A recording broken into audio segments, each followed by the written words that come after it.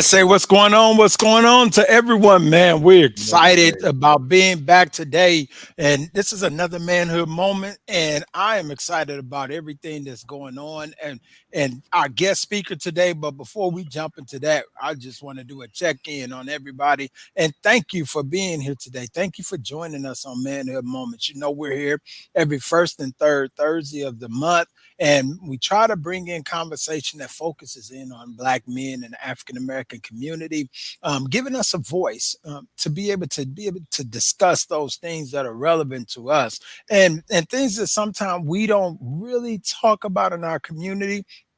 Of course, we take a God-centered approach to our conversation, but we love to connect the practical to what we see from a biblical point of view. So we're excited about you joining us. You can catch us on Facebook Live. You can follow us on LinkedIn. Some of you all are following us there. You can also follow us on our YouTube page as well as on our Twitter page. So we're excited, and you can go to our website, which is www.nmh4men.org. Guess what? We have something excited getting ready to happen. I know every first and third we normally come together and we have a conversation virtually, but on June 17th, Friday, June 17th, we're going to be live. We're going to be enjoying this conversation live, and we know that that's the Father's Day weekend. So we're going to have a conversation about that. So we'll share more with you about that before we leave today. However, we're going to jump into this conversation right now. And so, T Bird, what's going on, brother? How you doing today, man? I'm doing good. I'm doing good. I'm really excited about the 17th, but I'm doing well, man. Not too much has really been happening. Just kind of like taking it easy. Just like I've just kind of eased into June. I need to put Okay. some days on the calendar to take some days off for my own mental health. I have about Okay. 3 weeks in use or lose right now, so I need to start chipping away and Yeah. just take some time off. So You just know, taking it easy. I come from that same background, and it seems like to me, for whatever reason, we in that field we don't take off a lot. No, well, there are some who do; they take off all the time. But those of us who are moving up in our careers in that area, we didn't tend to take off a lot. I know I left the agency with quite a few hours also, and I gave back some time at that time, but we have to do that for our own mental and emotional health, man. Yeah, I did that on Tuesday.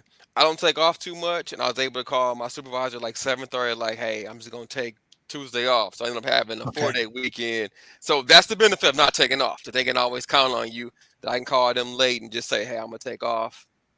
The response was half a day or all day, and I said all day, and that was it. That's it. That's it.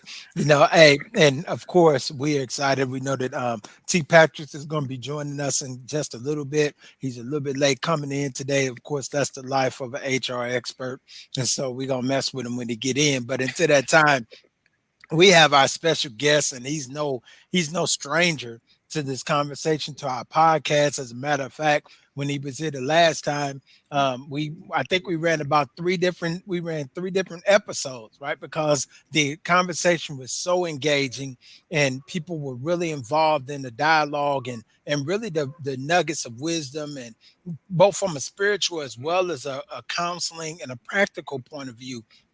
And so we thought it would be most appropriate that June is mental health month. And we look at that word mental, we look at capitalizing MEN, right? Because we know that mental health awareness for men in particular is critical. And so many men are dealing with issues. So without further ado, we want to just invite Dr. Petty. Thank you for joining us today, Dr. Douglas Thank Petty. you, And thank you. man, how you doing Hey, today? hey, oh, doing great. Glad to be a part of the mix. Yes, sir. Yes, sir. We're happy that you're here, and just what have you been up to since the last time you joined us on this podcast? The most recent thing is that I just released a book a couple of weeks Mhm. ago, and so it's a compilation of some one-line quotes that are targeted for reflection, targeted for thought-provoking, deal with leadership training and things along that line, Okay. and been helping a number of individuals get their small businesses started, get Okay. locked in on where they want to go, doing some coaching along that line. I think the bigger part of it is people have difficulty. And in fact, before I had come on, was speaking to a young lady in New York who's an accomplished has an accomplished publishing company, but finds herself in the space trying to determine what she does next. Hmm. And the kind of pressure that we put on ourselves about where we believe we ought to be at a certain point in life is so unrealistic, because there's no way to determine that on anybody's part. You're in the moment and you make adjustments as you go along.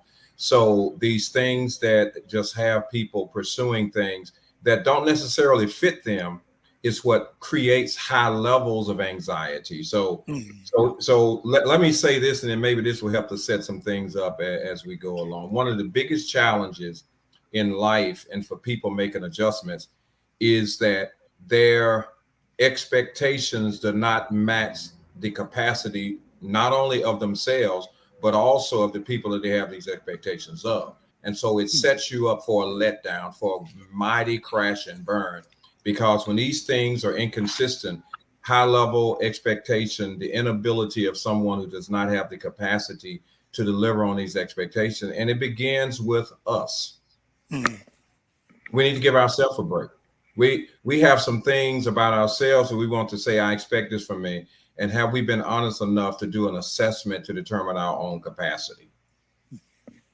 Okay. Before What we do we jump into go that, ahead? name of the book. Let's get the name of the book. Uh-huh. Dr. Petty, Uh, the name of your book. uh, okay, petty quotes on leadership in life.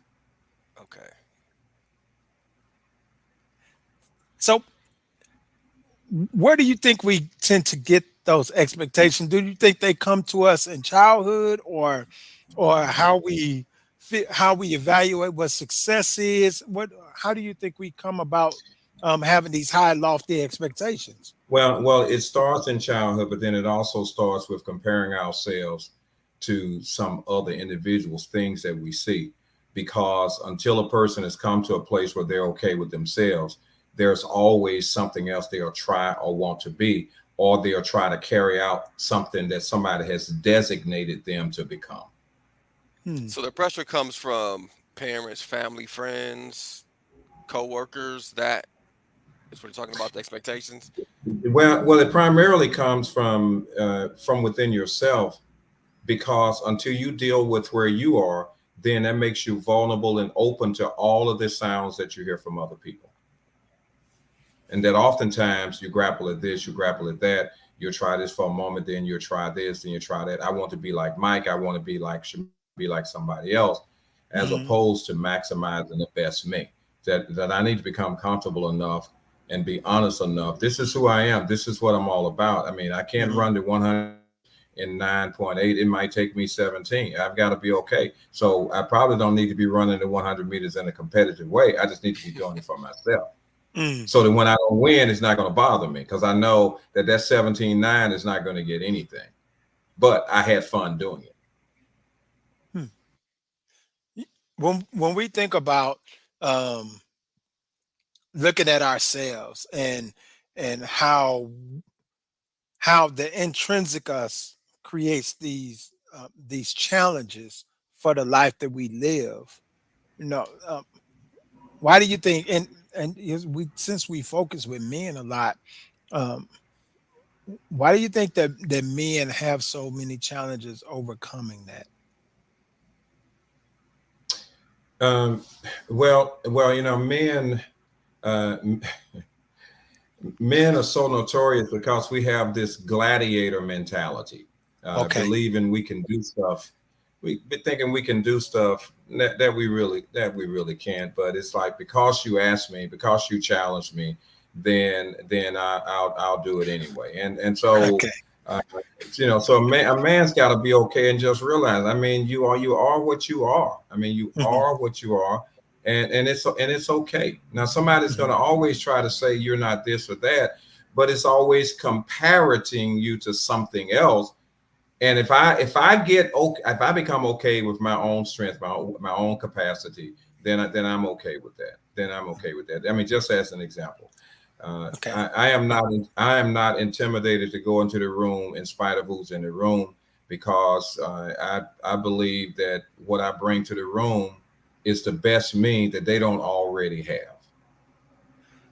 But Dr. Betty, you have to admit you're a very accomplished black man, right? You've done more But than most men, you know.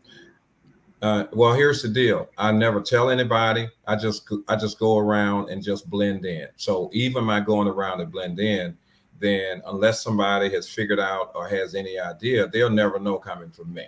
I'll Okay. just go in.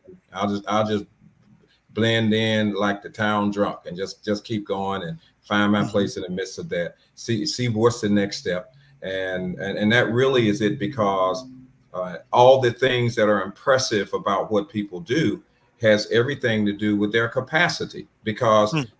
what's impressive to some could not be impressive if I know.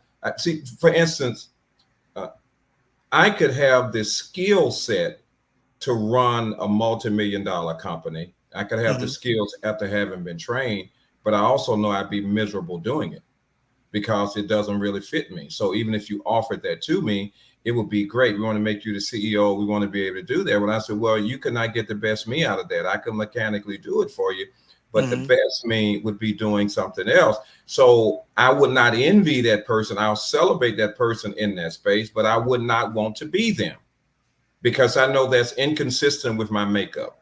Mhm. Okay. You know, And so, you so a man's got to be honest with. I mean, hey, if you're 5 feet 9, 150 pounds, you're not playing in the NFL. I mean, that's just all it is, too. mhm. That's true. I don't care how many stories you have to tell about how many one-handed catches you made and how many people you've jumped over. You are not making it in the NFL other than in your dreams and in your lives. But isn't it those dreams that keep us pushing, that keeps us going forward and you're not motivating us? Don't you think that that's like a Well, double-edged sword? some are created nightmares. It's a nightmare to think that you're 5'9", 150, you're going to play in the NFL. That's a nightmare. That's not an attainable dream. Mhm. Nobody fits that. Yeah, You can but I mean strive and that's strive and kind of different because you can tell like I can say I want to be in the NBA, but if I'm not 6'10", it's not going to happen. But if I think that I can be, say, get a PhD in accounting or something like that, what if I don't have the capacity to do it once I get in college? I think that's a little different than somebody genetically that's either bigger, faster, stronger, or not.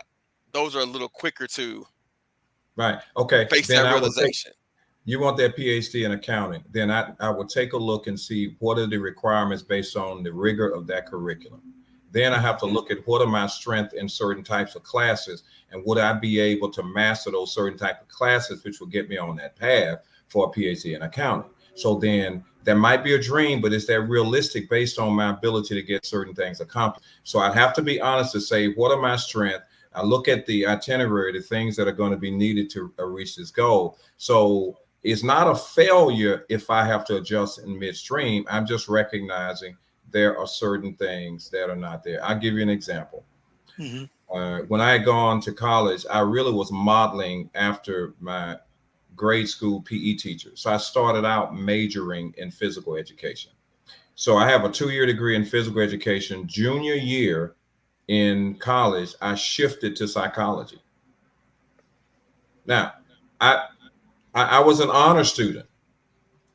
However, psychology fit me more than the physical education, but the degree that I earned in physical education has helped me in what I'm doing now. Mhm. However, I would not have continued down that path because it was certain things that would not have been interesting enough, kinesiology, and I could just go on with some other thing that were not necessarily consistent with my makeup. My makeup is one who encourages, one who talks, one who engages, and being in that area would not necessarily do it. So I was able to discover that that path, nothing wrong with that path, that just was not the path for me because I had this very honest assessment in terms of where I was without having to justify or explain to someone why I made a shift halfway through my junior year. Okay. So, how hard is it for men to accept that? Does that come with time? Does that come with age, maturity?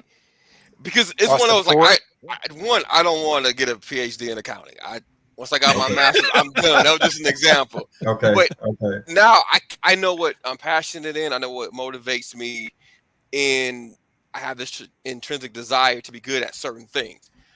But to me, that took some time. So does it take men in general time to come to realization that I'm not as intelligent, or I don't have the planning skills to achieve X?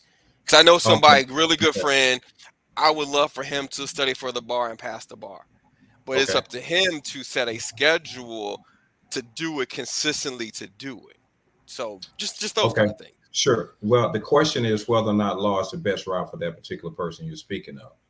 It may seem like it. You may see things in them that would suggest that it is, but the real question is whether or not that's something that they need to be in. Then, secondly, it isn't a matter of intelligence. Intelligence could be relative to certain subject area.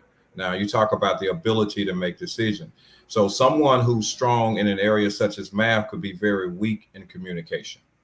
And so, therefore, brilliant in math, a knucklehead in communication. Take a Mhm. look at Einstein. If you take a look at Einstein and look at his academic track record, there were some things he was great in, but there were some other things that he was not. But look at who and how we talk about him. But he Mhm. bombed out in some things. He really bombed out in some things. So you could have said this is a dummy. Not somebody who created the theory of Okay. relativity. You could say dummy Einstein. So Mhm. and then in intelligence, too many times is based on bias testing. And so, Dr. Saint, one of my That's good. mentors, one of my mentors that the name Robert Williams that I said, his whole premise was to challenge intelligence testing and bias, particularly among minority population.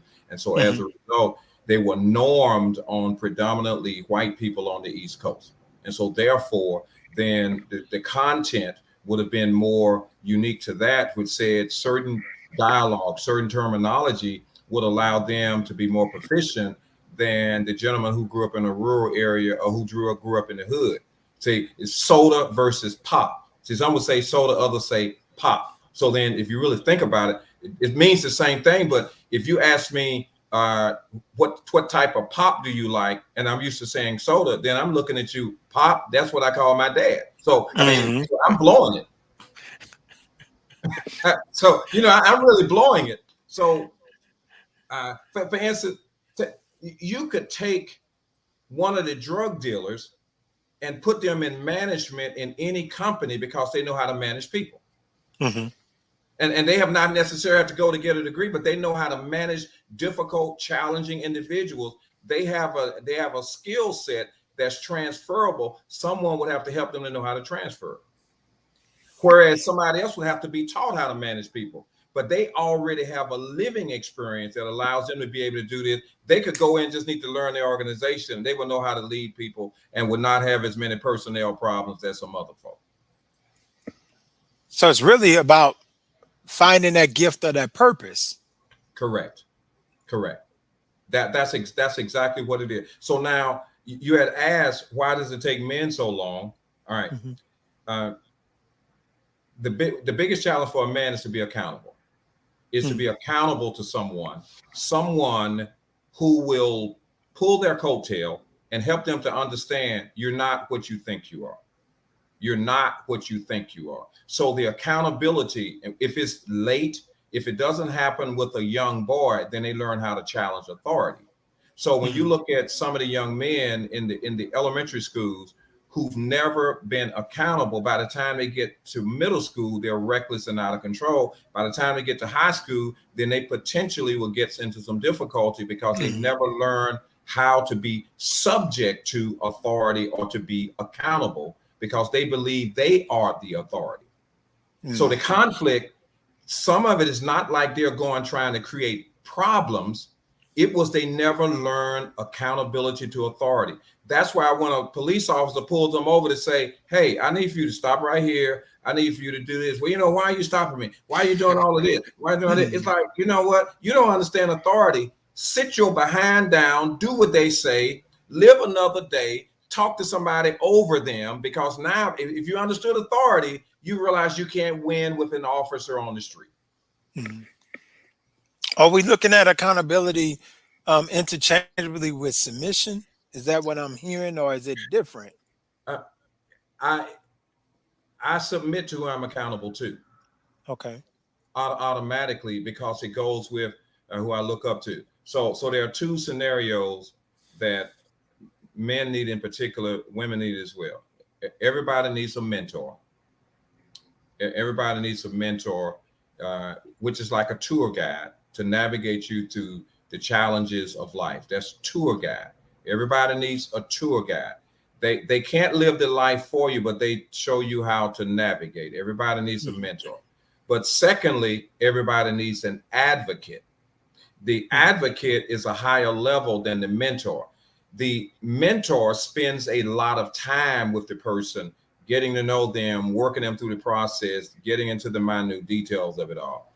The advocate is a door opener based on limited amounts of time, have already Okay. done an assessment about what the strength and capacities are, and they know how to direct you to the right people at levels beyond where the mentor could direct you to. The mentor keeps you in a space to be competent and to walk alone. The advocate is a promoter. Mhm. And so with just a mentor, you can go so far, but then advocate is the one that says, here's a door you never knew anything about. I've watched Mhm. you, I paid attention to you. Let me direct you over here. And you Would you and both are needed. would you say there are fewer advocates than mentors available? You don't see an advocate could take 4 or 5 times the amount of individuals that a mentor could because Mhm. they don't have to spend the time. That's not the intent. They recognize strength and capacity and they direct traffic. Okay. Let's take a David Stewart, for instance. A David Stewart would be an advocate, and rarely would he be mentoring someone. He would be looking for someone to direct them into a space that he knows they could be successful in. So Mhm. it would be less challenging to have him as an advocate less challenging to have him as an advocate than trying to get him as a mentor It's to say, mentor. hey, I want to learn about worldwide technology. Like, well, no, he's the wrong person. He would direct you to somebody else. He would not do it. Okay. So would the advocate hold them accountable as well, or do you need somebody to hold you accountable to That's where the get to mentor that level? comes in. The mentor holds you accountable. The Mhm. advocate typically has been brought into the picture by the mentor to say, I have Fred over here. Fred, I've been working with Fred. I vouch for Mhm. Fred. I'll stand for him. That advocate say, hey, you know John? Oh, you know John? Okay, well, because of that, they don't have to know much of him about, but they know who gave you credibility. Okay. They know gave you credibility. Like here's another example. And then I have to take the examples of the things that happened. Now, most recently, I sit on this board. It's the African American Advisory Board for Alzheimer's Disease Research. The head of the Alzheimer's Disease Research Center in St. Louis is probably the most world renowned, and he speaks all around the world. Well, our sons played AAU basketball together where I was the coach. We had not seen each other in 15 years. The last 5 years we've gotten together. Well, I gave him a copy of the book. He read it and quickly reached back out to ask for permission. Could he tell everybody else on staff in that division about the book? Now, I could not have gone to him to say, hey, Dr. Morris, this world renowned scientist who's everywhere, for him to do it. Well, him saying it will Mhm. change everything. I will not have to say it. So he literally is advocating for me Mhm. that I could never ask him to, because you can't ask an advocate to advocate for you. They do it based on what they see and what they are aware of and what they see as credible and worthy of having their name associated with. Mhm. So they see it. They see it. Versus, I got a you. mentor is a relationship that we have to work on cultivating, Yes, and a advocate is a relationship that, as we walk, they see, they and see. they may only come for, if I'm understanding, they may only come just for a moment, in your life, That they is correct. crossed your life. That in fact they could. You may have one encounter with them, and Okay. they say, "Hey, I passed your name over to so and so," Hmm. and that would be all that you know. You may not never engage them again, other than to say thank you. Mm. But it was Okay, so because it's just you steadily know. opening doors for you, or Yes, based on your that is strength, you should go this way or go this route. that's Okay. correct. That's correct. I've seen what you've done. Hey, why don't you go talk to Willie Hall over here? Because Mm. that advocate said it. Willie Hall knows that whomever they've sent is worthy of talking to, without going into detail, without trying to explain why. But it's because of who that advocate was. Willie Hall know he will not send trash to him. Somebody to Mhm. waste his time. Somebody he's got to teach up. He's an asset. That person is an asset from the very beginning. How does that advocate vet that person though? When and they're vetting them based off of the expectations or maybe the experiences that others who are in their network have with Correct. you. Correct. Pretty much the mentor is the bridge to the advocate. As a general rule, the mentor is the bridge to the advocate, Okay. because they may say, "Hey, I need to tell you about somebody. You know, I'm working with William.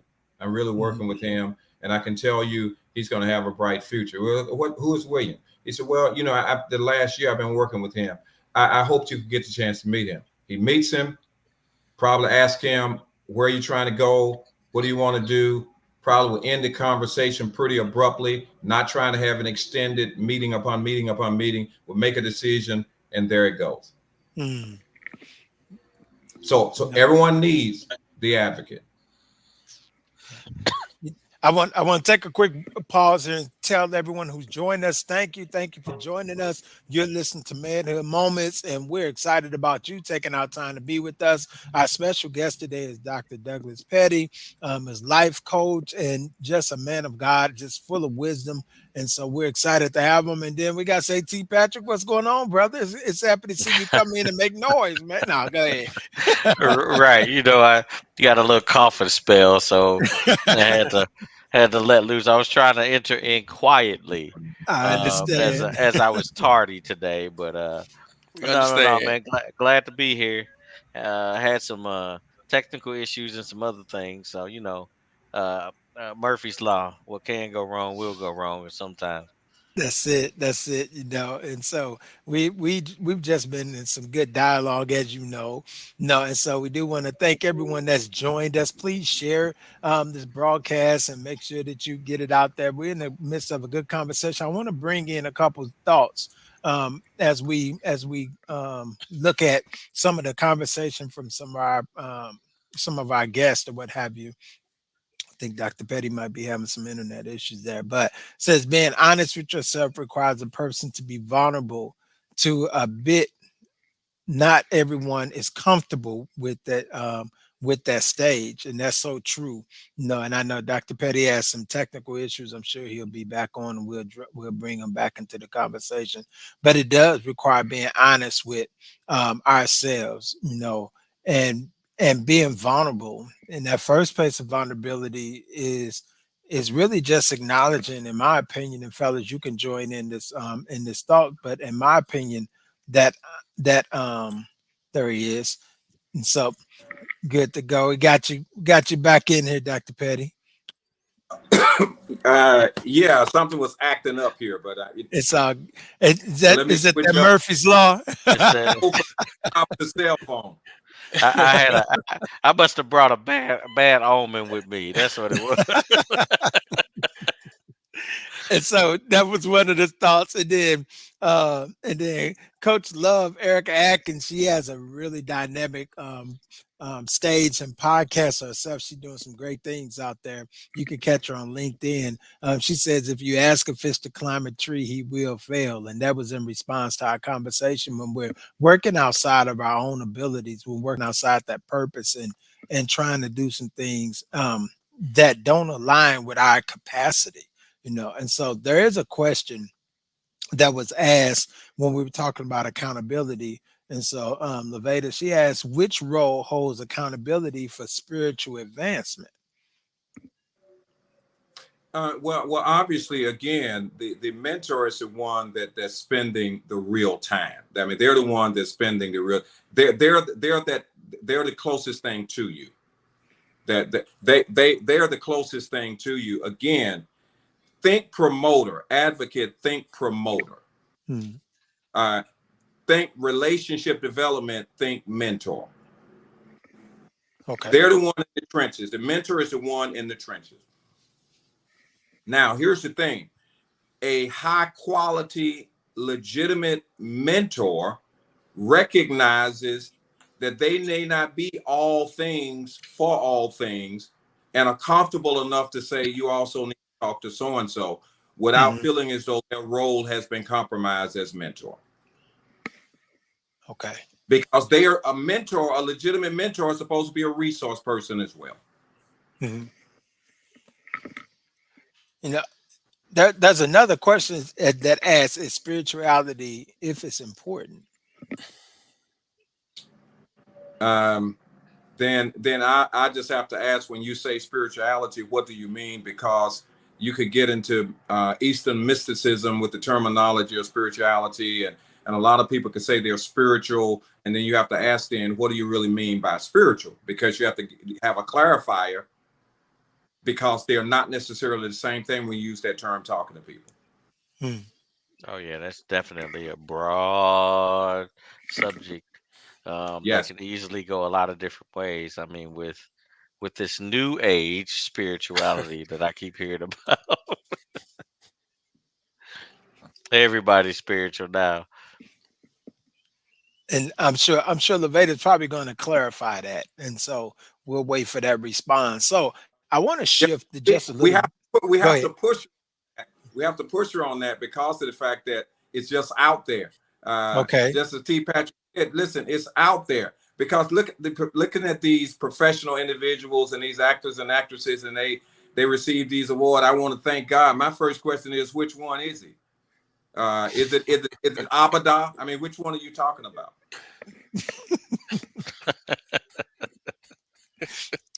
Is it Hey, Kabbalah? What are you talking about? God. So therefore, it'd be unless you mention, if you're talking about a person of biblical faith, if they don't mention the name Jesus Christ, then it's got to be, it's not that. Mm. mm, But they can still be spiritual. Oh yeah, they'll burn the sage and mess with the crystals and all kind of stuff.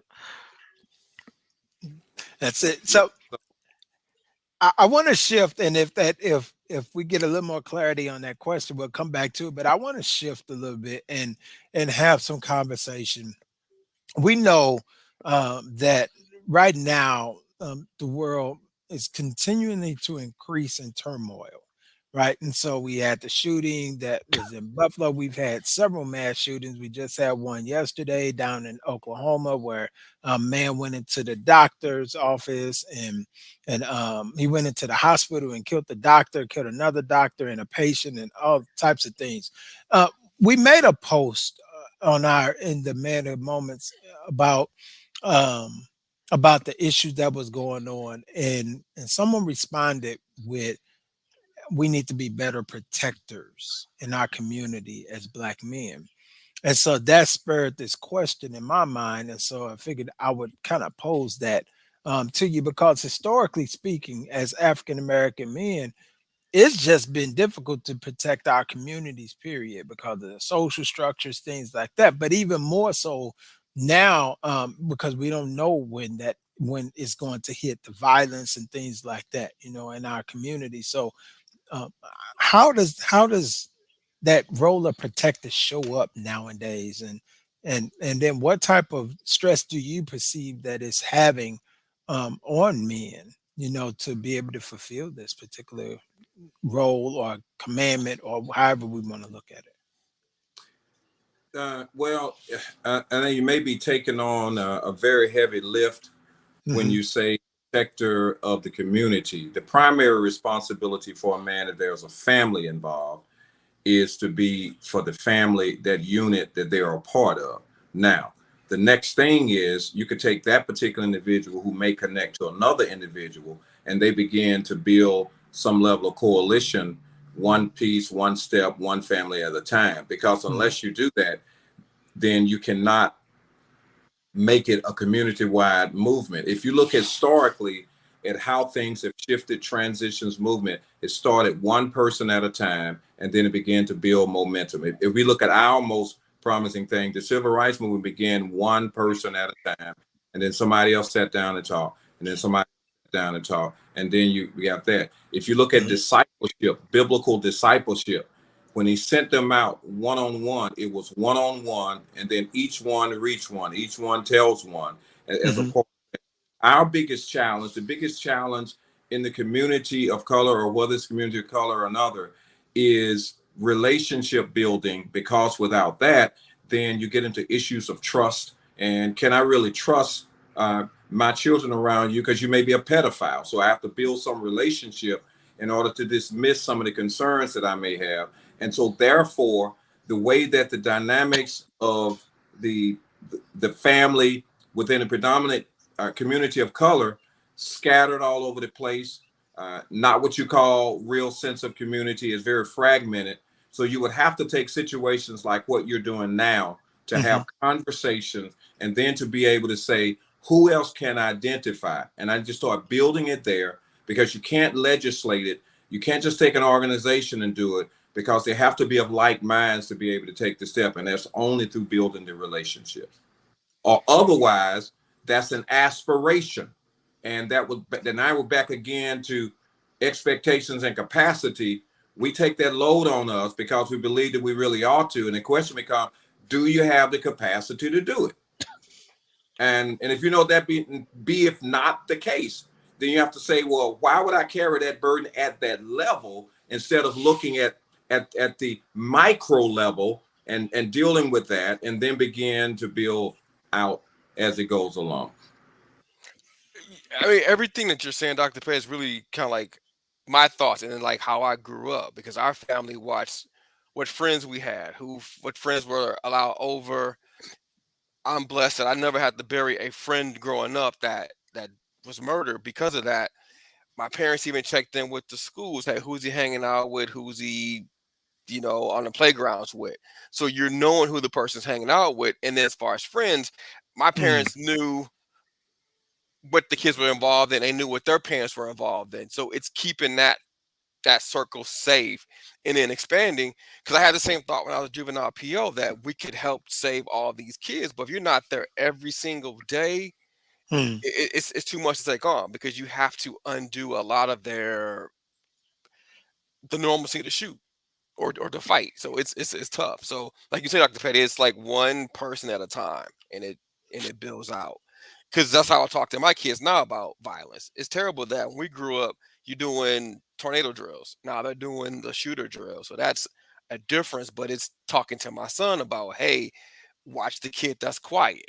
Or if the kid is super quiet and he's talking all of a sudden, you need to pay attention. So it's really giving them the skills to pick up on the nonverbal skills where somebody may start acting out.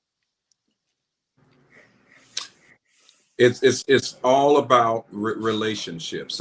It's been proven. You go to educational systems, you go through the military, you look at things where shifts occur.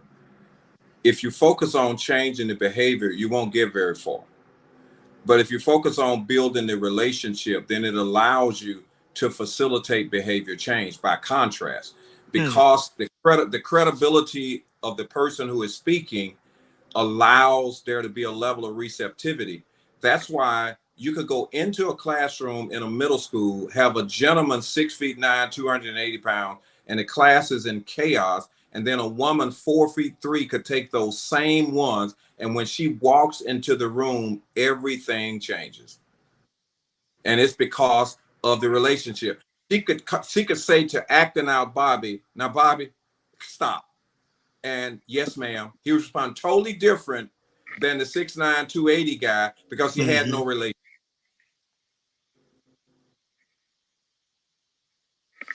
And if you think about the people who you have listened to over time, it was more relationship than because they were just telling you to do it. Because I said so. So then when we look That's at true. this, when we look at the idea of protecting, um, we protect those who we're in relationship with, and that creates the conditions, where maybe the social structures or our homes, our communities understand what those parameters that don't allow us to get into situations that could increase our level of jeopardy. Is that is that kind of what I'm hearing? Yes, because here's see. First of all, you have to have a captive audience who's open and willing to listen. Right Hmm. now, if we really think about it, I think the Urban League is doing some fantastic things. I mean, they're doing a lot of tremendous things. I'm only using them as an example. They're doing a Hmm. lot of things. The United Way is, but the largest place of volunteers is still where people willingly go to church, willingly come in intentionally. You Hmm. can't pay them because they would, but they show up willingly, voluntarily, captive audience.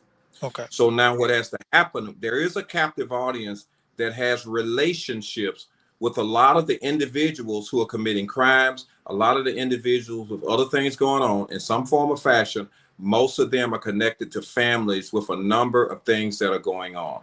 So if the guidance and instruction would speak to life issues and within a biblical context, then a lot of the things would be different because these individuals would feel a sense of empowerment to talk a little bit more to Hmm. individuals that they know and to have some courage to do it. But they also now feel equipped to be able to have an exchange, or that they're compelled to do it because of their faith walk. Because you Hmm. have this set of volunteers willingly coming in. You're not, and they're there for that reason, wanting to hear something that can impact things for the better. So a large part of this is what I can say is a burden of proof. I would say lays more on the pulpit Hmm. because there's a captive audience that's already there, and the question becomes: is what being communicated transferable?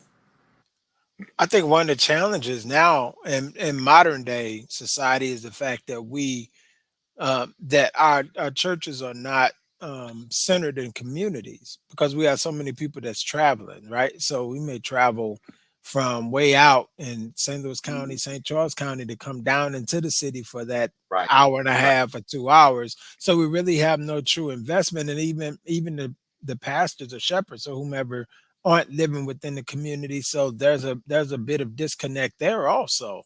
Where it used to be you lived in that community, you went to that church because there was limitations on travel, the opportunity to be able to travel because of vehicles, and then also it was just a part of that community.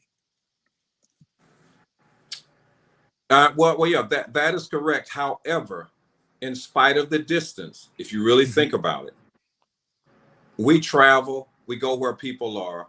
Hmm. Travel distance has never restricted the quality of relationships when we wanted them to work. It that's never has. We find a way to do it. that's true. When it's important, we find a way to do it. Think about the number of long distance relationships that turn into marriage. Somebody on the East Coast and somebody on the West Coast. They find a way to get it done because it's Hmm. important. People fly to jobs. People living in St. Louis go to work in Kansas City every day. They catch that AM flight, they come back later on, or they choose to stay during the course of the night. They make work what's important. I wonder what's the disconnect then.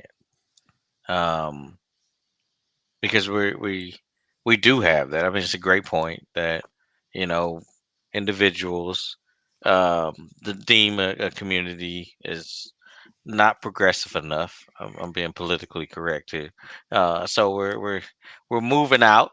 You know what I mean? I got to get out the hood, make it out. I'll come back because that's my family church. But then that investment is gone. So if we're talking about the choice, then where is the disconnect? Where do we think the disconnect falls? Uh, in supporting communities that we once were a part of, but now have I don't know, risen to great affluence and decided that, you know what I mean, I Yeah. can go there for a minute, but I'm going back home. Well, but think about this. We can observe all the challenges, all of the dysfunction that goes on, and the news and Hmm. social media out. They highlight it, they emphasize it.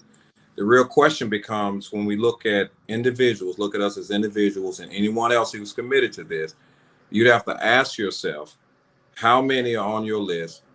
What does the cadre look like? Who you Hmm. really going into? Who are you investing in? Because it really doesn't stop with you.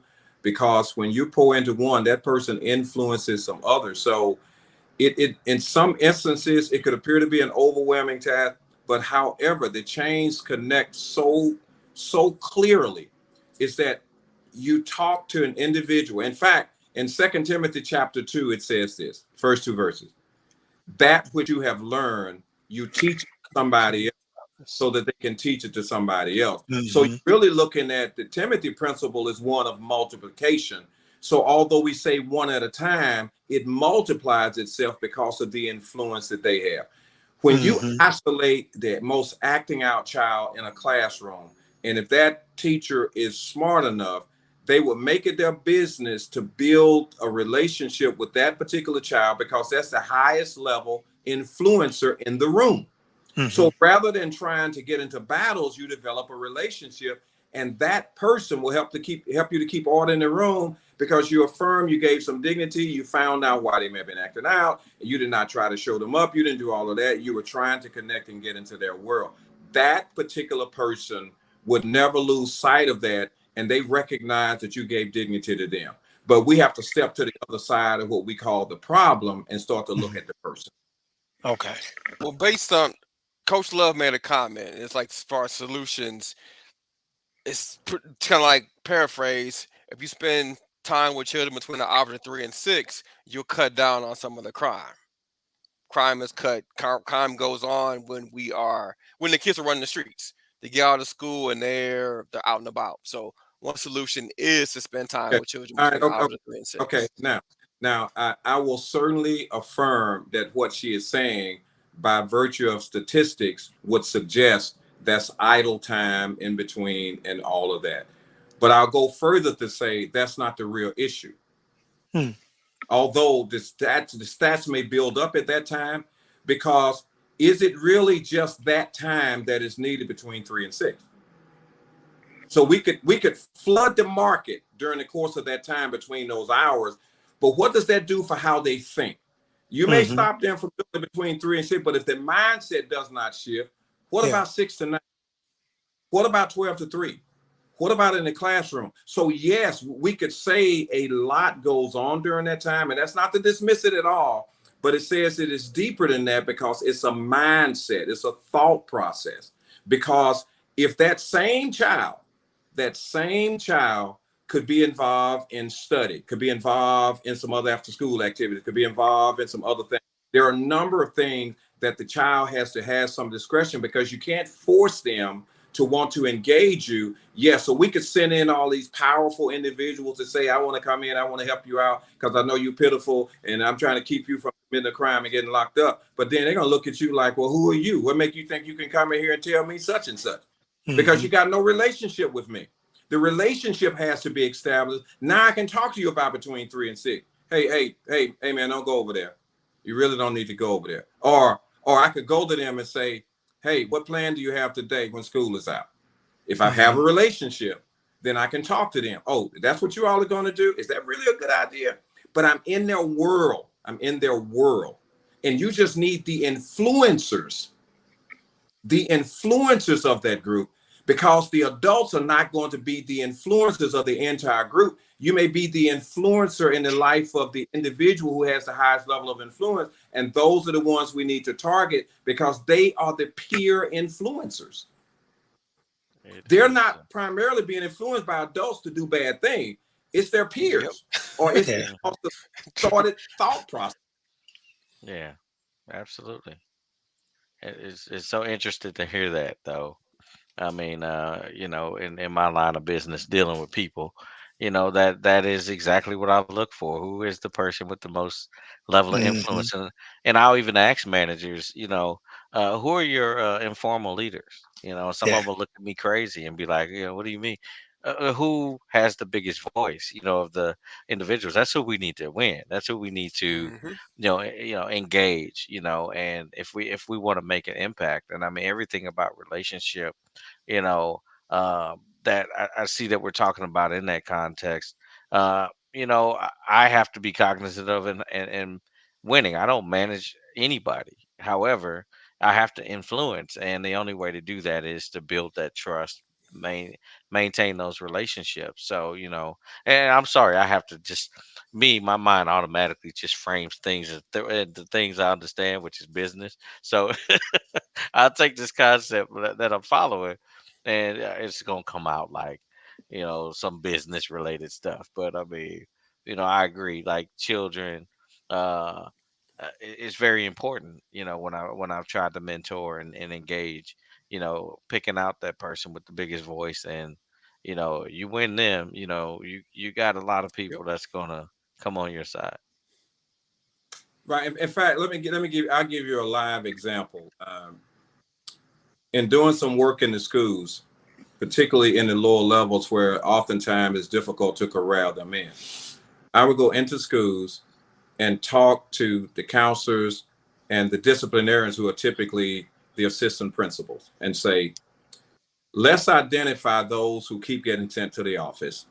Let's identify the ones who are repeat offenders. Now, let's make them a part of a leadership group. I want you to let them know that they've been identified as leaders within the school, and you want to make them a part of a leadership group. Now, of course, they're stunned to hear that because it's like, oh, I'm always in trouble. I'm down in the Hmm. principal. But the principal said, you know what, you've been identified with a leader. We have somebody who's going to come in and teach leadership training to you. Well, immediately their prestige goes up in their own mind. Wow, school leader. And then having to get the staff to rethink how they're looking at them. They say because these are the ones who are controlling the dynamics of the environment, which Yeah. says now you need to find activities to get them involved in. You need to send them taking paperwork down to other teachers so they look like they're leaders. Give them a badge to say student leader. So now they don't see the need to make trouble because they like people seeing them walk in giving things to teachers, and how it changed environments in schools by taking those quote so-called troublesome individuals, reframing their thought process to call them leaders and not you always in trouble. I wonder how that works with men, adult men, and so and having a shift in um from the man that we see before us, whatever his challenges are, life challenges, whatever, and actually implementing a different, even a different language when dealing with that man, and Uh, speaking into think about what. how intimidating it is for you to be articulate, and you talking to Junebug. Junebug looks at you and he starts thinking about himself. And you coming in, getting ready to tell him about what he needs to do. Now here's Junebug. Junebug probably had some dreams, some aspiration, didn't know how to go anywhere, ran into a wall somewhere, had a setback, made a bad decision, and his circumstances are what they are. Well, now he has pride. He has a lot of Mhm. other things going on. So now he's trying to determine, how do you really see me? Do you see me just as somebody who you believe you're going to help, or do you see me as a man? Mhm. Do you see me as a man just like you are a man? Why don't we start there before I start telling him, oh, Junebug, you need to stop drinking, man. You need to stop using that. Stop using that meth. Stop using that crap. Junebug, you know it ain't no good. You got them 10 children out here running around like that. What kind of example are you as a man? Well, what you think Junebug gonna do? He may bust you upside your head. Yeah, because you just disrespected him. Yeah. And the interesting thing is, you may not even try to. I mean, it was interesting um, when I worked in. I know, right? When I worked in one place and I wore suits every day, that intimidated some people. You know, Exactly. to where they Exactly. and I was really struggling as to how do I connect, because it was a casual environment, but I'm like, well, I'm a director, so I'm gonna dress for the job I want, not the job I have. And I was losing some points, and I learned from that, um, to disarm, in appearance by finding something that I like to wear when I moved to a warehouse situation, and the impact that I was able to have. It's creating that environment. Like now I look for things like who am I in common with if I'm gonna connect with somebody. Oh, they like shoes. Well, I like shoes too. And it opened that conversation to where I was not the bad HR guy.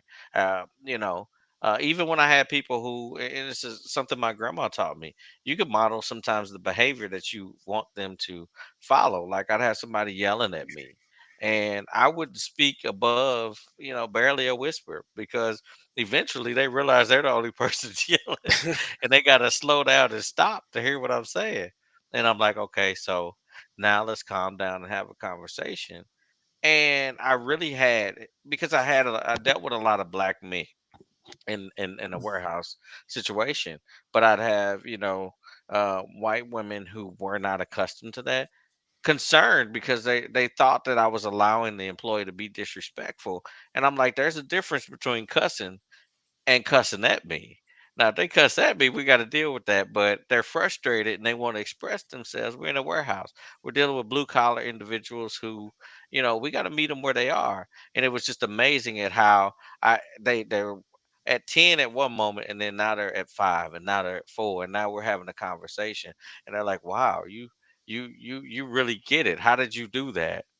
So I think part of it is, just the way you portray yourself could already put up a barrier if you're trying to connect with a June bug. If you in a three-piece suit, because that's how you dress. But how do you balance that with Okay. what we It's not. call I think, shucking and jiving, right? but think about this. Think about this. Each one of us, four men sitting here right now, we're one bad decision away from being Junebug. Yeah. Uh, one one decision could wreck our life. Now that's the reality of the way that it is. Junebug needs to know that it's by grace we're where we are. At one point, I uh, was over the homeless shelter at Salvation Army. Here's a classic example.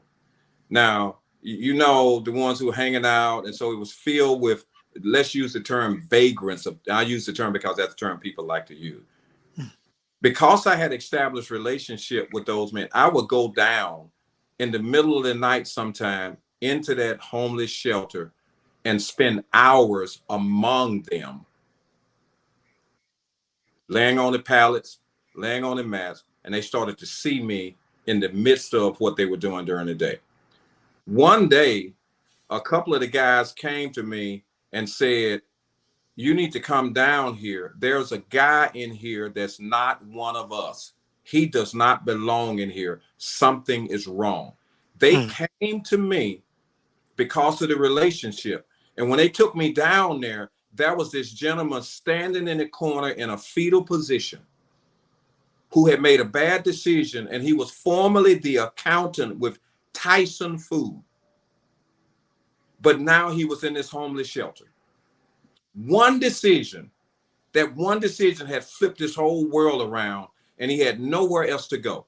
And I went down and got him out of there in order to get him somewhere outside of that. And one of the comments just said about restoring, and it was able to get this particular gentleman, CPA, corporate America, out of their homeless shelter, helped to put him up in a hotel to try to find out how to get him connected so that he was restored back to going back to what was really him.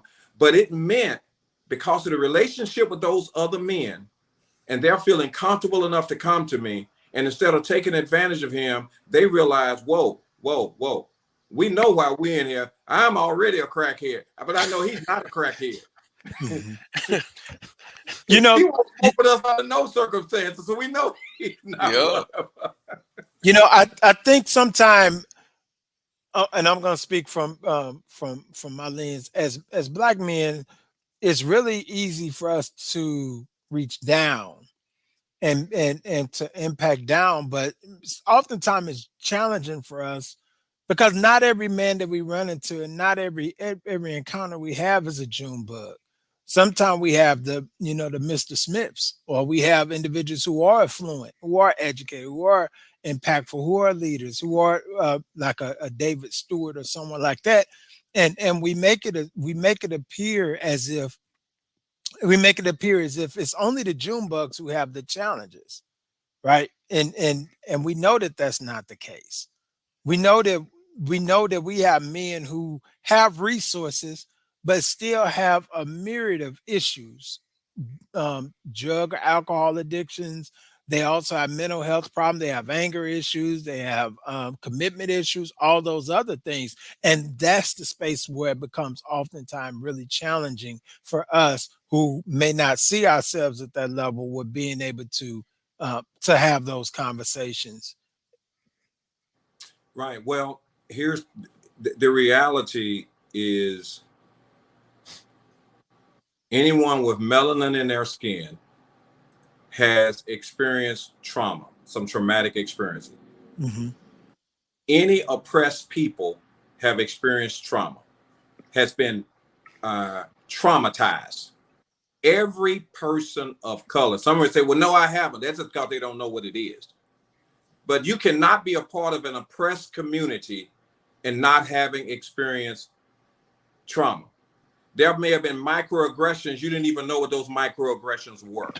But Hmm. all of us have experienced being misdirected, misplaced in some form or fashion. We may have learned how to cope with it and stuffed it down.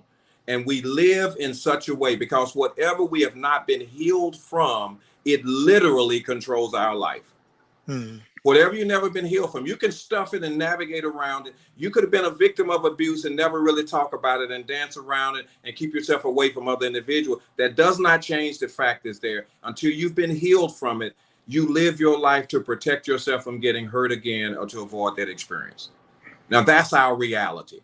Now, so that's why you could have these individuals with economically having all the things that are needed, but their personal lives are wrecked because they still have never been healed from that. So their life is controlled, and mechanically, it could appear that they are successful, but they are not successful as a person. Hmm. They are successful by status, who would trade in the stuff that they have for Yeah. peace of mind. Yeah. And those are the types of individuals that I'm engaging all of the time.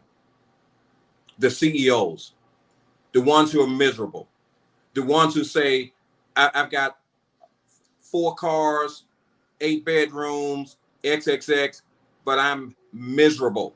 Hmm. This is every day because they've never gotten past the pain that they actually have experienced. And the fact of not being comfortable enough to say, I'm really hurting because what will people think about me if I say it? So we have this hidden pain walking around that others can see, and we don't believe that they see it, but our actions and our behavior are a dead giveaway. They're a Hmm. dead giveaway. Now, that's the reality. It's more of that that's hurting our community, if we want to be Mhm. honest about it, than these other things that we continue to see and talk about in the news. It's the kind that doesn't show up. It's the closet alcoholic. It's the closet porn person, and the list of things goes on and on and on. Hmm. Those would be the ones would be more concerned about than the one who gets an illegal weapon and goes out and does something, because a lot of them are connected to those other types of individuals that we're talking about. Yeah. That's family. Yeah.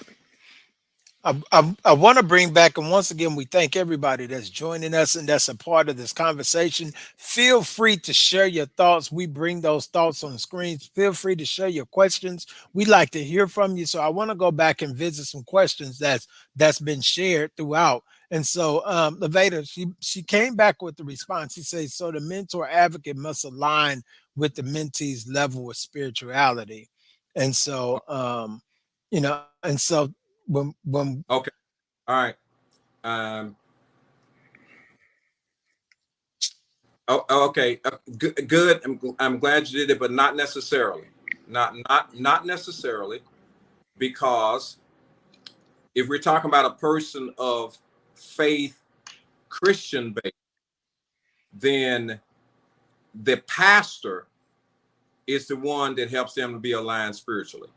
It would be great if, because you could have more, you could have a mentor, a vocational mentor from that perspective, but then you could also have this person walk along the same line, because that there's there so they're different, so that you could have both, and somebody helping you to walk down a path of business development, but then you also have that one who's dealing with you about personal growth and development. Best case scenario is that they're one and the same, but they're not necessarily one and the same. So we have another question said, how do we manage community relationships when we've allowed the black men to be removed while allowing the women to take the head of the household role? We allowed them to be removed. Somebody took them out, boxed them up, drove them down the street, and said all males must leave. We allowed them to leave. Really? They disappeared. And a lot. Oh, okay. All right. Okay, we want to go there. All right, here's the deal. Here's the deal. Let's break it down. If you really want to be honest, in some cases, the women ran them out of the house.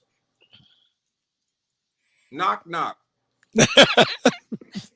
That's hey. It gets real here, We right? want to go there. Listen, and the reason, and so I'm not saying this because of hearsay. I'm saying this because of the fact that if you take, okay, all right, since we're integrating spiritual with the other, here's the deal. Here's the deal. A woman who's not learned how to honor will always be dishonorable and try to control a man. Hmm. If she's never learned honor, she'll always be bossing and trying to control a man. You say, well, what are you basing it on? We go back to Genesis chapter 3, where it goes to Genesis chapter 3 and 4, where it says, her desire will be to control you naturally, dominating, has advice, wanting to be able to say something. That's an asset. That's an asset when it's tempered in the right way with honor, because Hmm. it's needed. But when there's dishonor, then it becomes demeaning, and then that man has a sense that that's not what he is, because it's always a yes but, because they never understood honor, and the reason they didn't understand honor, they did not see honor. Hmm. They did not see honor. By contrast, a man will become abusive if he does not have his emotions under control. He'll become abusive because he can't use the words as fast. And when he can't use the words as fast, then as a result, emotional abuse and other things start to kick in, because he can't use the words as fast, because she's probably going to outtalk him. So you see the conflict. So when it becomes an issue to understand that we are in relationship and we don't even know what a healthy relationship is, because we carry something over from something else, because it's understanding there are two different worlds colliding, and until you create a third world, the clashes continue, because it's two different worlds on a collision course. There's a need for a third world. I get out of mine, you get out of yours. We create a third one and leave our separate worlds where they were. They don't mean a thing to us right now, because that was your world. This was my world. We need a new world, a third world. Dr. Petty just spoke to my soul. I felt that. I'm serious. Like Yes. I felt that because I've often talked about that competition that's there, between men and women, particularly black men and women. And it's like, how do we forge positive relationships where it fits in the natural order? At least what I've been taught is the natural order. Um, that isn't confrontational, isn't there isn't that conflict constantly, to where we can have a healthy home. um and it's just interesting that hearing all of that, like I mean, literally, that's breaking down stuff in my head right now. Just having heard him go through that. What we say, Dr. Petty spitting right now, spitting facts. I mean, it's tough, but I mean that is what we have put endured, and that's Okay. what we experience. I know I Right. have. Speak for I'm me. Right. thinking I he was have. Right. gonna talk about men being incarcerated, fathers leaving, but you like, no, they kicking him out the house too. I, so, I mean, like Levada just asked, did black men forfeit their role? You take, okay, I listen very closely to words. Take that word forfeit. Mm. In athletics, that says they didn't show up, Show up. were not prepared, game's over, wins given to the other team. So therefore, when I forfeit my role, then that says I gave up, I don't want it, I can't compete. And is that really true?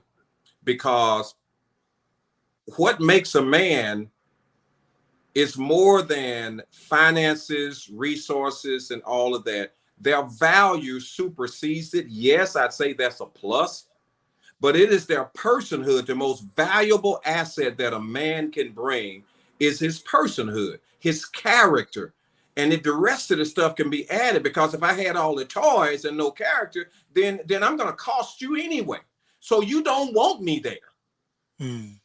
But I could be a broke brother but have character in the meantime while I'm trying to get me together, and my personhood has a positive impact. So now I have to weigh out where I am, what I want, and what it really is all about. So therefore, our high flying women of color who've been drilled to do that, and I do understand. I do understand. You told you don't depend on no good man. You get your own. You don't have it. You keep it to yourself. You be ready to go on your own, go solo if necessary. I get that.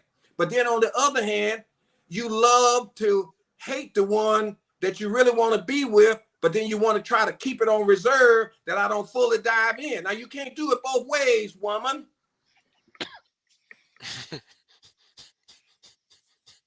You gonna love the man or you gonna drill the man? You gonna shrink him or you gonna love him? Church,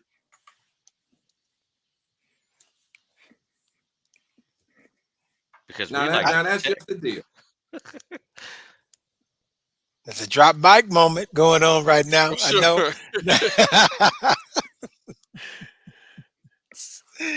It, when we talk about, and we've shared so many thoughts today. The last thing we really want to talk about is the state of mental health right now.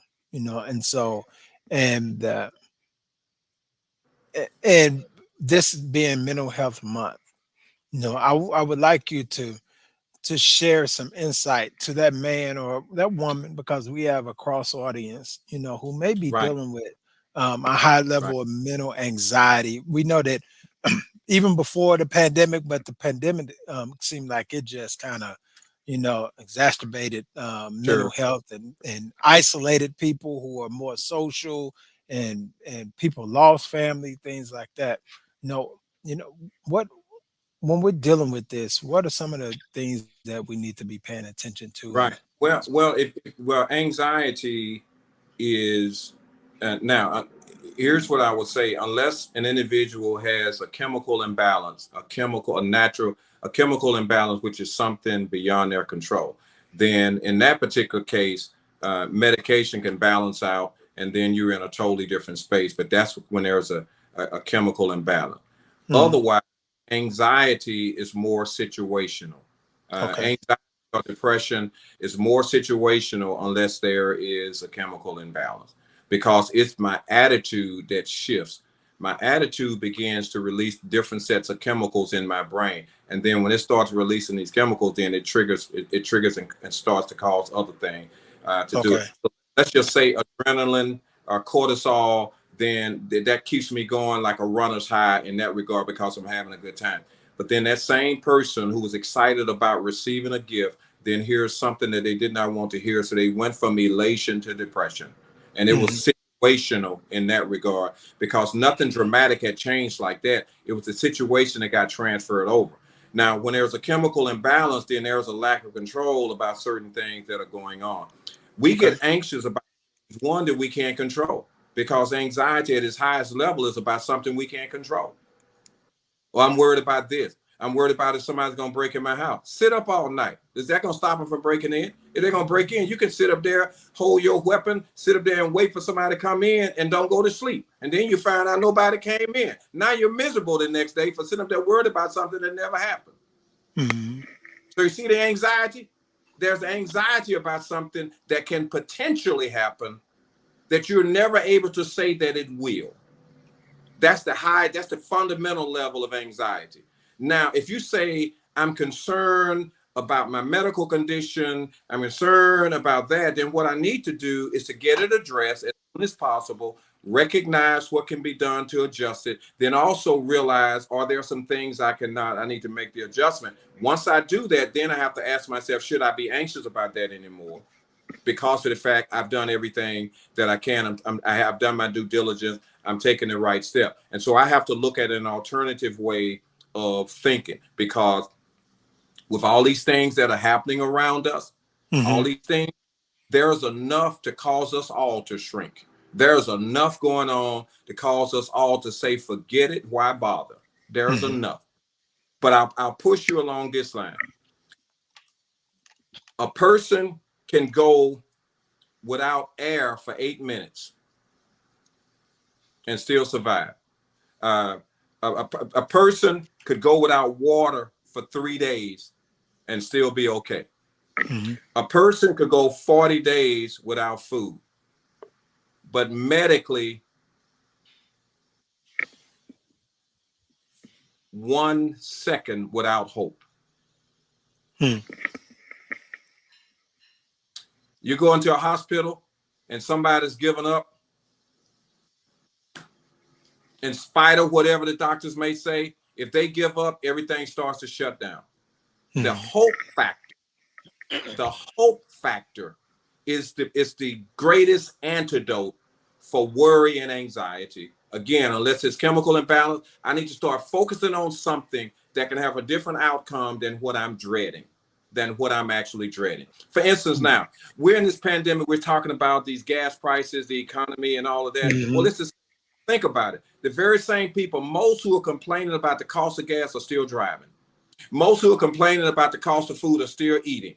That's None true. of them are on the and die like we're there. But we got the funds to do it, but still talking about it. So I wonder when the prices are going down, but you're still going to the pump getting gas. You're still going in buying the groceries. You're still buying clothes. You're still going to other places. So they say, well, what am I anxious about? What am I worried about? Why am I so caught up into this? When it's like, what's that all about? Mhm.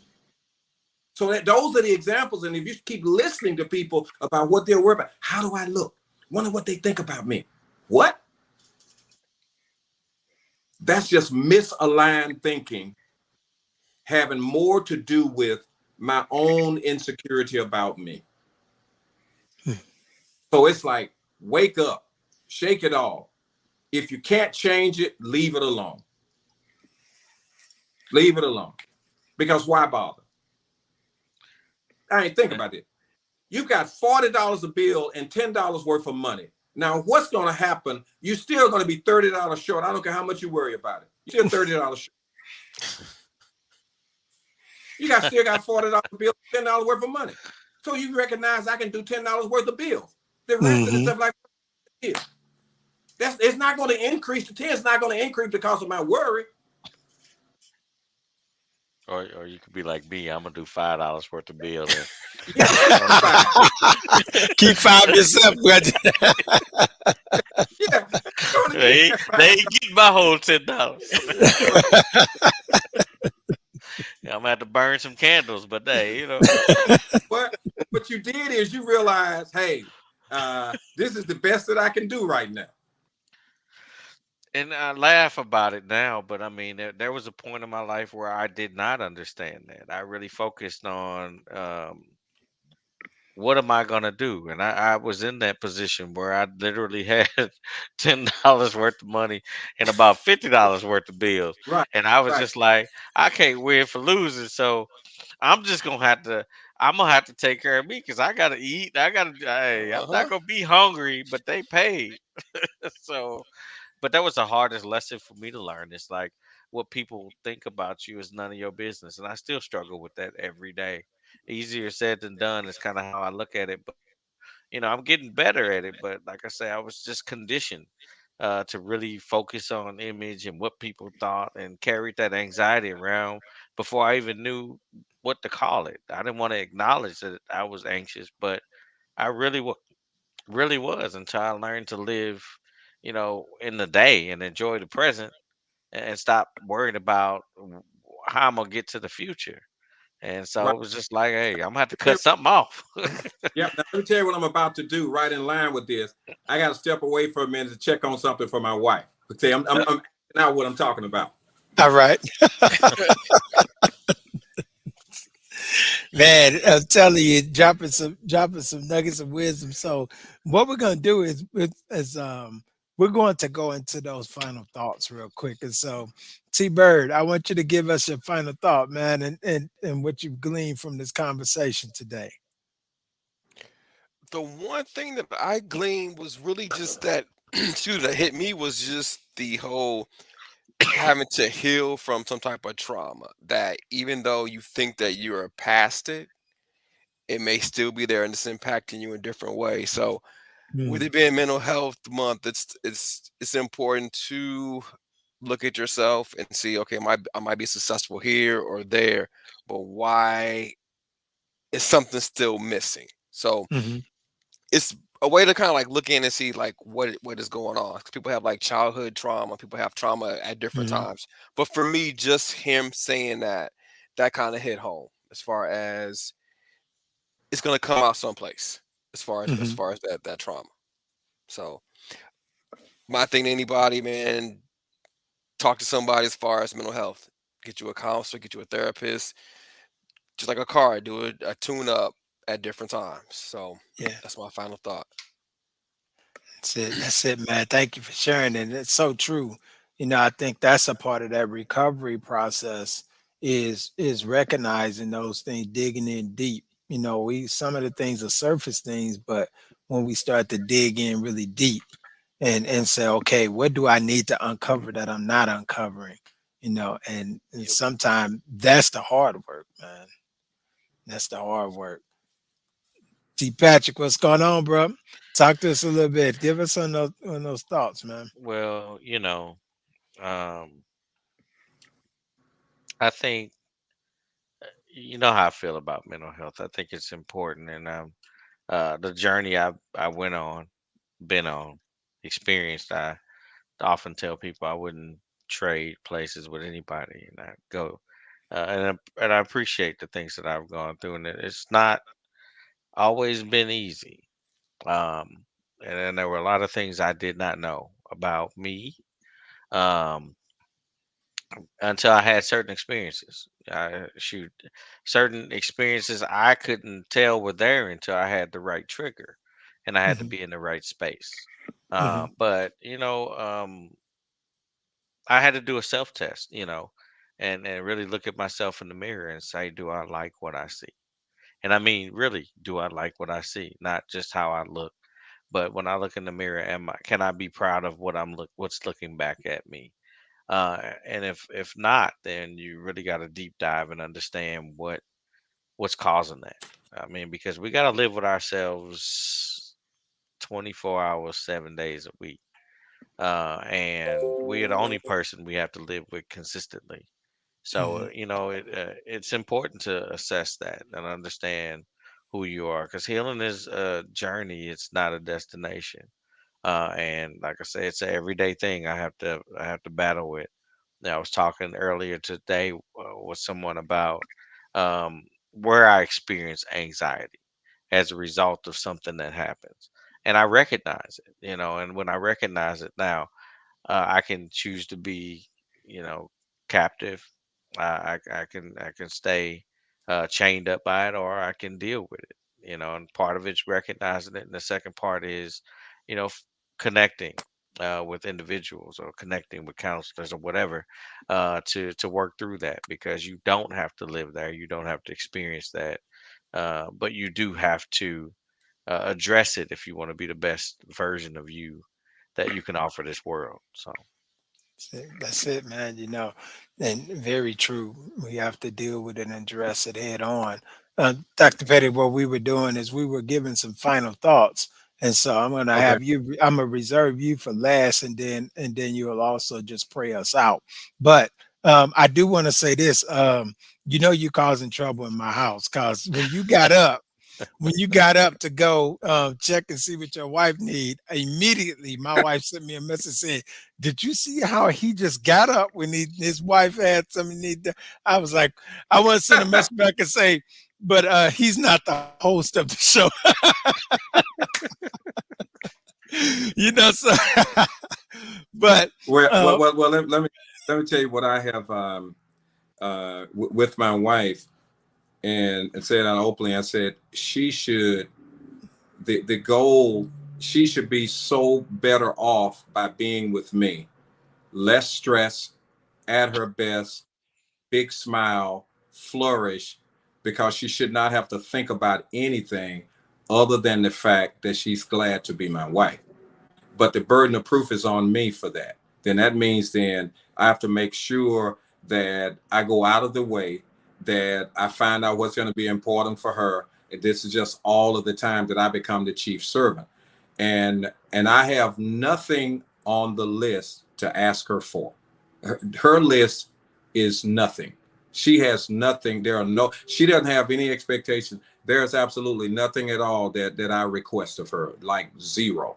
And if somebody were to randomly call her now, they would know that, because if Ephesians 5 says to present her without spot or wrinkle, then her life should have less stress and she should be better and at her best. And so it's my responsibility, and the burden of proof is on me. Burden of proof is on me. There's nothing she has to do. There's nothing she has to do except be. Just be. Just be. I don't even ask her to speak to me. I don't even ask her to say hello to me. I don't ask her anything. It's like, how you doing? What you need? Glad to see you. I don't have anything to ask. when I grow up, I would be like Dr. Petty. 'Cause I got a long way to go. 'cause- But 'cause- if y'all remember the last time Dr. Petty was like, "Hey, don't date," right? That's what I was told. You know what I mean? That's Don't. why I understand, because, like I say, it's a whole lot No. to learn Here's from that. See. I don't know if I mentioned to y'all. My wife and I never went on a single date. There was not a single date at all. That actually the Lord showed me she was to be my wife, and I went to her and said to her, the Lord told me you're supposed to be my wife, but you have to talk to him. It's not for me to convince you of that. You just need to talk to him. So of course she looked at me like I had three heads. Like, okay, this is a real nut here, a nutcase here. And uh, it's not for me to convince you. You're going to have to talk to him. So I waited 3 weeks, went back to her. I said, have you talked to him? No, I haven't, and I'm not going to talk to him. So then I went back. Next thing is 2 months later. You need to leave me alone. And da da da da da. So this went on for about 6 months, until finally, with an attitude, she said, yeah, I talked to him, and he told me yes. I restrained myself from laughing. Uh, I kept a straight face. I kept a straight face, and it was her dad had already passed. So I went to her mother to just say about marrying her, and her mother said, as long as she doesn't lose her smile. I said, if that's all you're talking about. So it was plans for a wedding. After that, there was not a single date. It was planned for a wedding 2 months later. So because of that, then that just says the burden of proof is on me, because it meant it's my responsibility to do what I'm supposed to do. And so that's why I spent a lot of time helping other people to understand the importance of premarital counseling and to focus on courtship rather than dating. So if I go you a step further, then I'll just say this: since you have the mixed audience of that, dating is the most fraudulent thing that anybody could ever do because it's a deceptive way of seeing one side and one side only, and many sides are still left to be learned because we see each other at our best when everything's in order, when everything is made up. You don't see the hair pressed sideways. You don't see the lack of makeup day. You're not seeing the bad hair day. You're not hearing the bad breath day. You don't get to see any of that because you pick them up and they're all dressed to the nines. Everything is there. You're at your best. And then all of a sudden you start seeing some sides that will never show up on a date. They just show up when you're in it. When you it's when you're in it, then all of a sudden it's found like, whoa, I didn't know you. Well, that was your problem. You were after something that was unattainable. I mean, that's just the reality of it. So if you're not locked in to walk with it, ladies, a guy isn't worth your time. If he isn't locked in to say you're the only person I'm interested in seeing until otherwise known, then he's a waste of time. He's a waste of time. And guys, that woman is a waste of time. If her goal isn't a direct line to the altar, you wasting your time. You wasting your words. You wasting your conversation. It's one woman at a time, one man at a time, with one goal at a time. And if it's something other than that, then something wrong with all of you. It don't get no plainer than that. For real. But that's what we knew. That's what we knew we were going to be receiving. So I'm sure if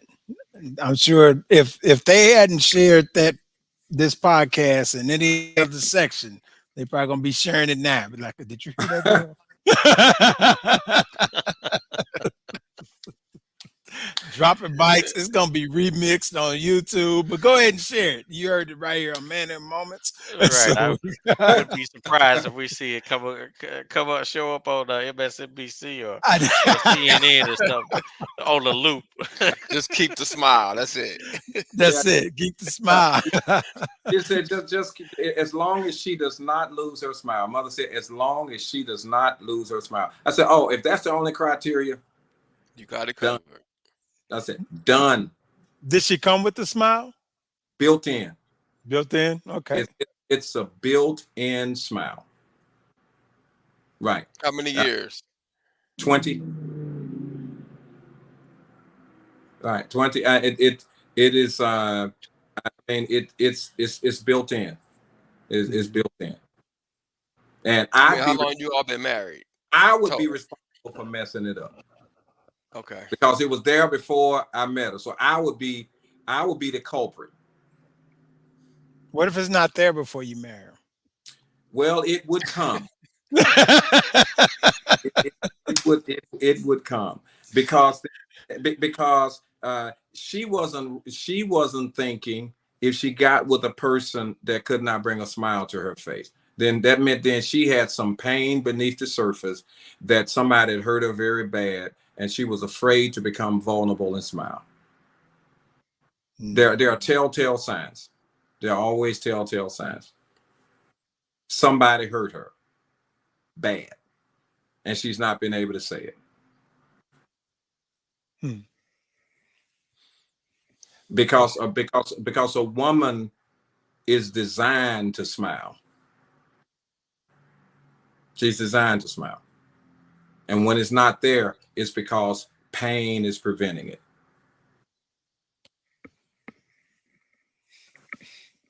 Yeah. And well, we want to say thank you. I mean, I can't. It's almost like I need to just start the ending. It's like, the whole little close out. Because yes, we're gonna have to come back, and we're gonna have to come back and bring back and just do a conversation just on relationships. I think that will really be a good conversation to have. So Okay. okay. I want to before we close it out, I do want to make sure that